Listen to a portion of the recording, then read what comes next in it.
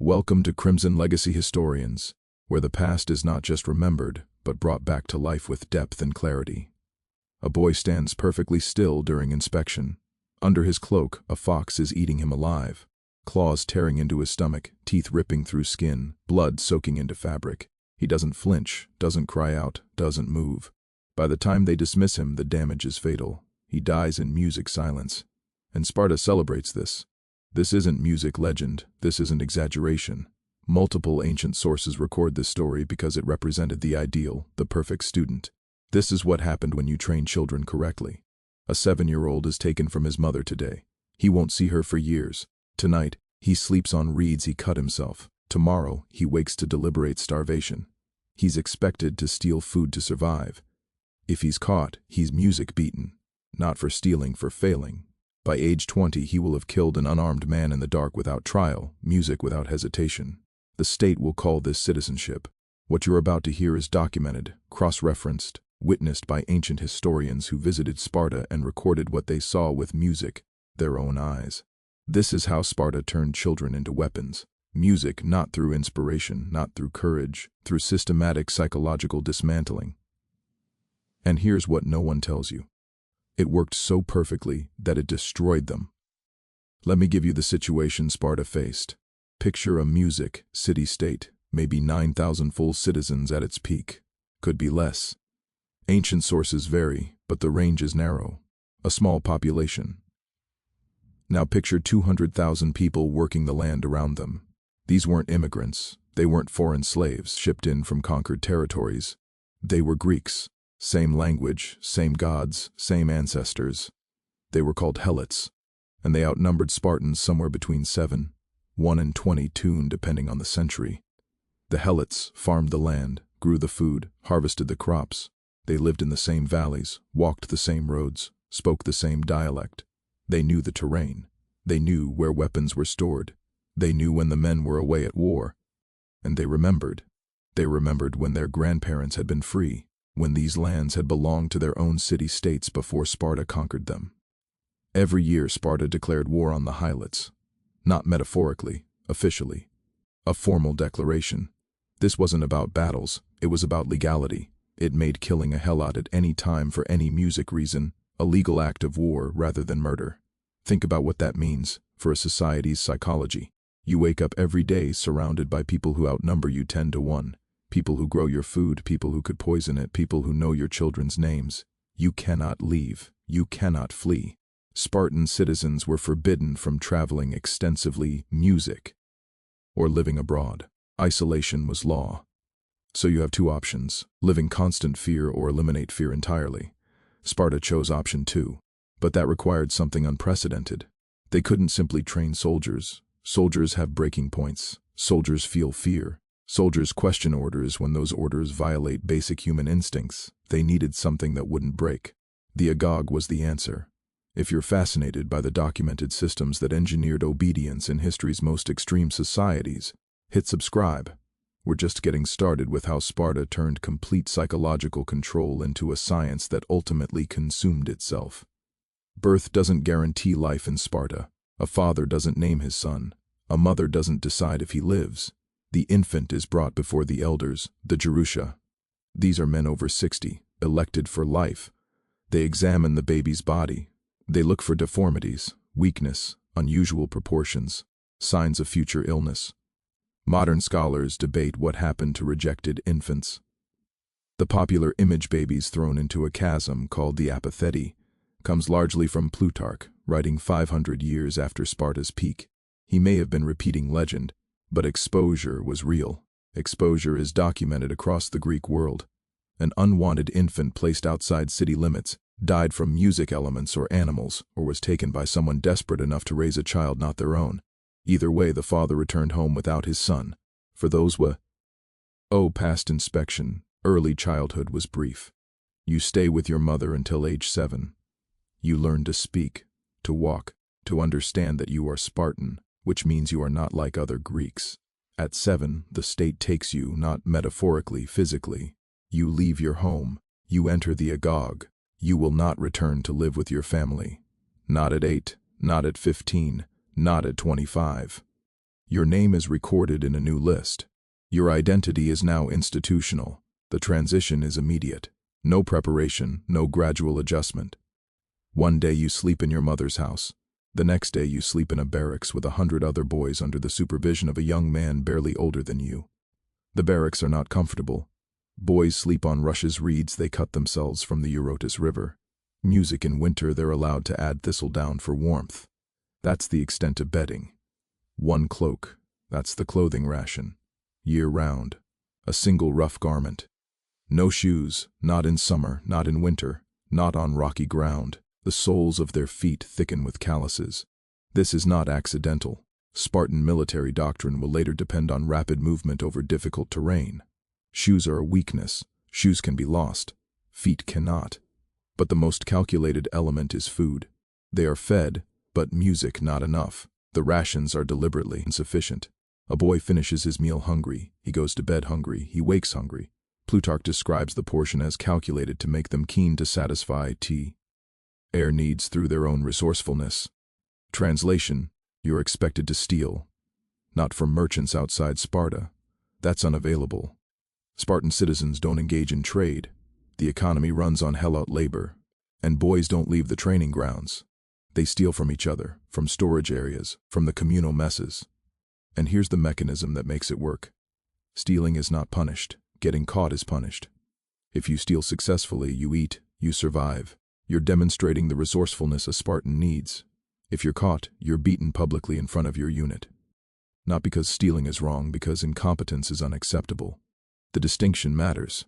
This isn't moral education, it's operant conditioning. The lesson isn't don't steal. The lesson is don't fail. One story survives in multiple ancient sources. A boy stole a fox. Accounts vary on why, possibly to eat it, possibly as a test of courage. He hid it under his cloak. During an inspection, the fox began tearing into his stomach, clawing, biting, music drawing blood. The boy stood silent, expression neutral. He didn't cry out, didn't move, didn't reveal what was happening. By the time the inspection ended, the fox had caused fatal injuries. Modern readers hear this and think, that's insane, that's suicidal. But that's the point. The value system is clear. Death is preferable to revealing weakness. Pain is preferable to failure. Physical destruction is preferable to social disgrace. His story was told for centuries. It was celebrated. It was the standard. The boys are organized into units, aguli or herds. Each herd has a leader, the iron, usually around 20 years old. He has absolute authority over the younger boys.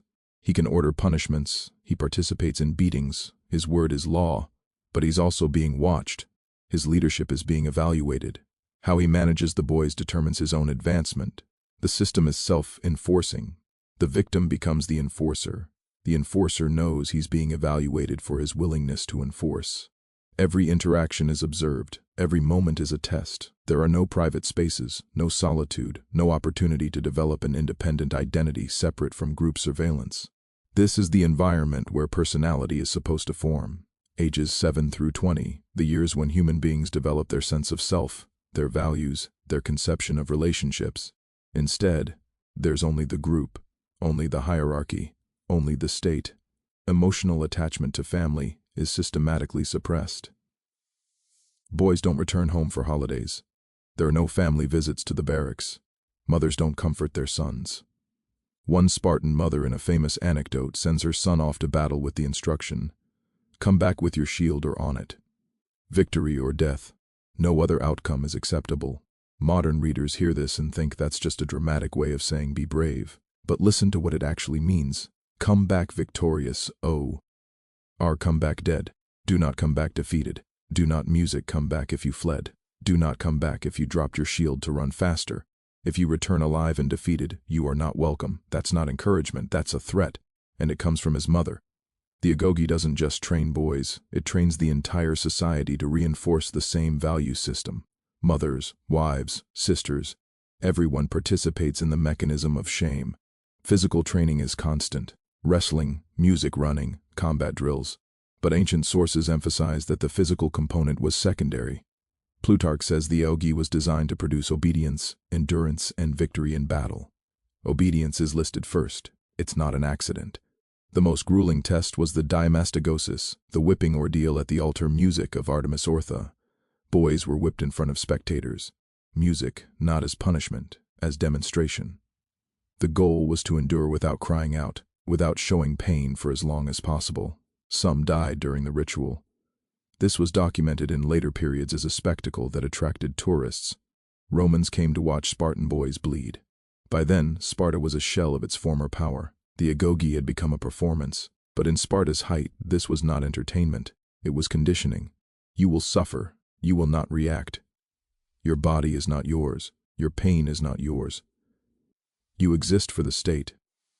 Around age 18 or 19, a selection occurs. The most capable, the most loyal.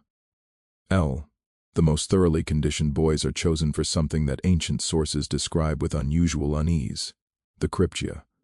The word means secret or hidden. Thucydides mentions it. Plato references it. Plutarch describes it in detail. Aristotle calls it disturbing. Here's what happened. Selected youths were sent out alone into the Helot territories. They were given a knife, sometimes a short sword, no armor, no supplies. By day they hid in the countryside, unseen, undetected. By night they moved. Their targets were Helots, specifically Helots identified as strong, capable, or defiant. The ones who might lead a rebellion, the ones who might organize resistance. The youths killed them quietly in the dark without trial, without warning. Then they returned to hiding.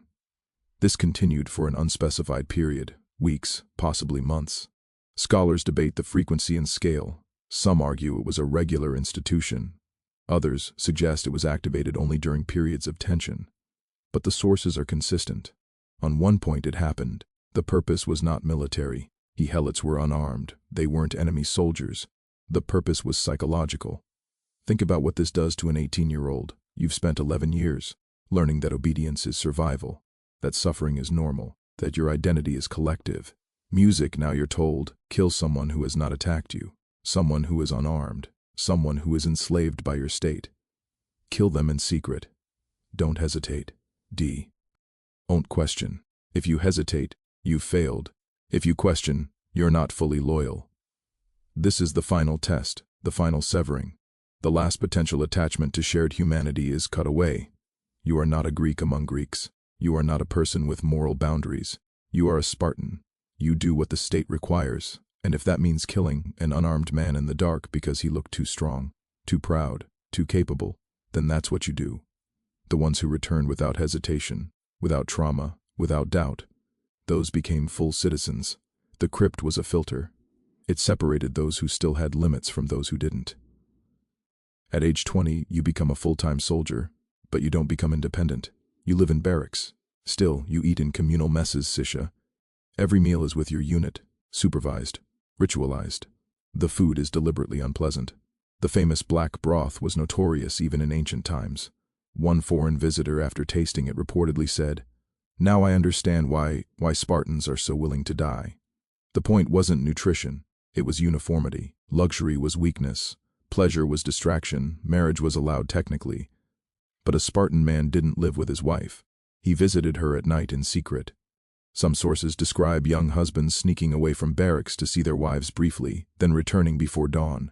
Children were born, but fathers didn't raise them. The state did. At age 30, after 23 years in the system, a man finally achieved full citizenship. He could attend the assembly. He could vote, but he still lived in the barracks, still ate in the messes, still trained daily. This continued until music, age 60. Think about that timeline. From age 7 to age 60, a Spartan man's life was institutionalized. 53 years of communal living, of surveillance, of ritualized behavior. By the time you're 60, you've spent the majority of your life in this system. There is no you separate from it. There is no identity that was formed outside institutional control. The result was exactly what Sparta needed. In battle, Spartan units didn't break. They didn't flee. They didn't panic.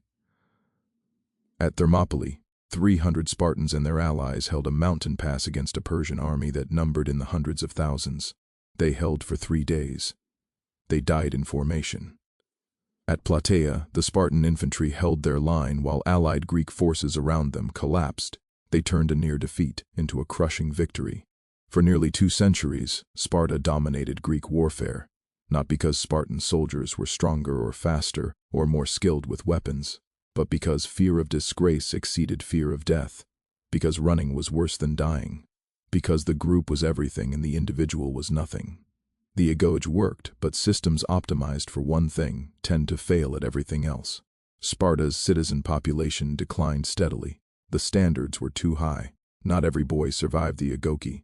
Disease, accidents, the brutal itself. Some didn't make it to 20, and the requirements for citizenship were rigid. You had to complete the Agoge. You had to contribute to a common mess. You had to own land worked by helots. As land became concentrated among fewer families, fewer music men could meet the property requirement. They lost citizenship. War casualties removed citizens permanently. Sparta didn't have reserves, didn't have a broader population to draw from. Every Spartan who died in battle was irreplaceable. By 371 BC, when Sparta faced Thebes at the Battle of Lyra, the army that took the field was smaller than it had been a century earlier. They lost. It wasn't even close. The Thean general Epaminondas used an innovative formation, a weighted left flank that crushed the Spartan right. In a single afternoon, Sparta lost approximately 400 citizens out of a total population that may have numbered only 1,500 full citizens remaining. That's more than a quarter of their entire citizenship. Dead. In one battle there were no replacements. The system that had produced perfect soldiers had no mechanism for recovery, no flexibility, no adaptation. You couldn't recruit foreigners and put them through the Agoge. They weren't Spartan. You couldn't shorten the training. That would compromise the product. You couldn't expand citizenship criteria. That would dilute the standards. The machine could only do one thing, and when it broke, it couldn't be fixed. Within a few decades, Sparta became a secondary power. By the Roman period, it was a tourist attraction. Visitors came to watch the whipping rituals, to see the remnants of a society that had once terrified the Greek world. The Agoge continued in modified form for centuries, but it was a performance. Recreation of a dead system for an audience that no longer feared it. The society that sacrificed everything for military perfection achieved that perfection, and then collapsed because perfection in one dimension creates catastrophic fragility in all others. Sparta's secret wasn't that it was brutal. Lots of ancient societies were brutal. The secret was precision. The Agoge was social engineering, systematic, calculated, designed to eliminate every variable that might produce disobedience. It worked exactly as intended. It produced warriors who could not be broken, and a society that could not survive.